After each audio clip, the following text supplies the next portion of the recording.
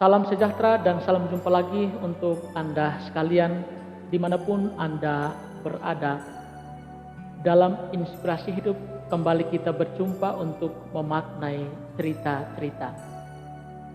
Cerita kita kali ini berjudul Seorang Pria di Dalam Lubang. Ceritanya demikian. Dikisahkan bahwa ada seorang pemuda baru kembali dari perjalanannya melewati sebuah kuburan. Tanpa sengaja, tiba-tiba tak terduga datangnya, tiba-tiba ia terjatuh di dalam sebuah lubang yang sudah lama digali. Dalam situasi itu, dia berusaha untuk meminta bantuan. Dia berteriak, tetapi tidak seorang pun yang mendengarkan teriakannya dan mau membantunya. Tiba-tiba datang seorang guru besar, melihat pria yang ada di dalam lubang itu. Ia berceramah panjang lebar dan ia mengatakan, Anda begitu bodoh membiarkan diri Anda masuk ke dalam lubang ini. Anda harus lebih hati-hati.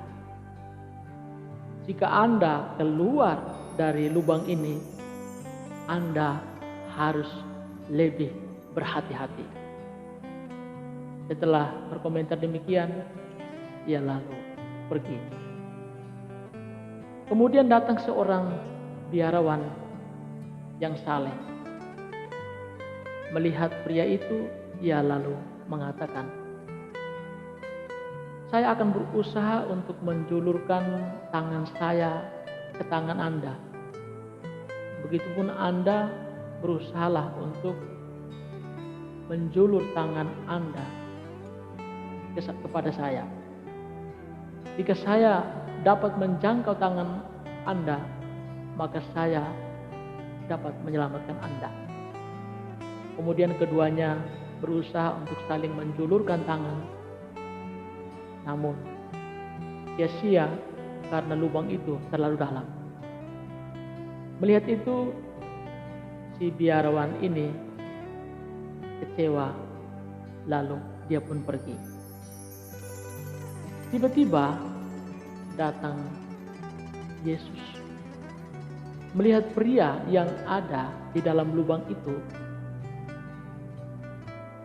Yesus tanpa komentar langsung terjun ke dalam lubang itu, menyuruh pria itu naik ke atas pundaknya dan menyuruh pria itu melompat dari tangannya yang terentang.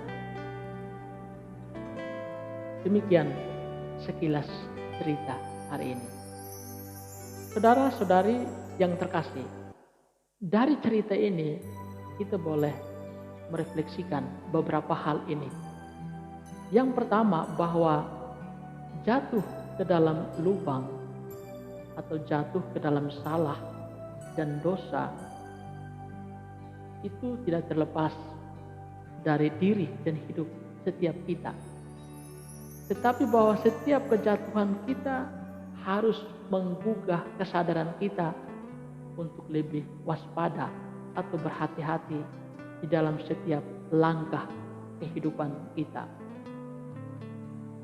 Dan tidak hanya itu, bahwa dengan sebuah realitas kejatuhan dalam dosa ataupun dalam kesalahan, orang-orang di sekitar pun digugah kesadarannya untuk bagaimana sih caranya membantu supaya orang sesamanya bisa keluar dari persoalan kehidupannya.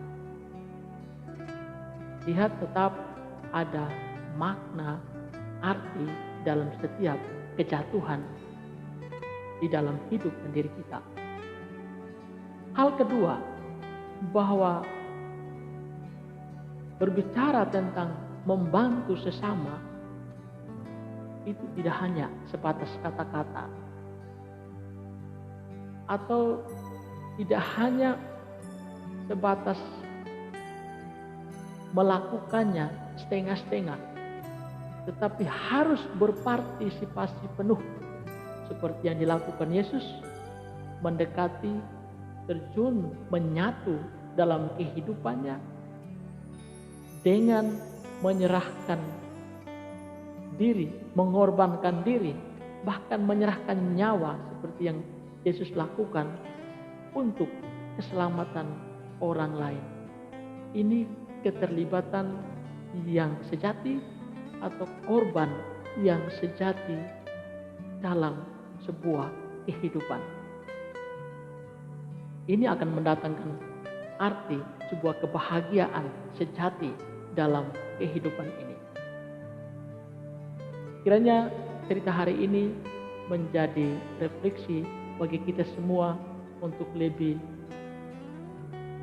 menyadari tentang arti sebuah keterlibatan, arti sebuah korban, dan bagaimana seharusnya kita bangun dari setiap kejatuhan dalam hidup ini. Selamat memaknai cerita. Amin.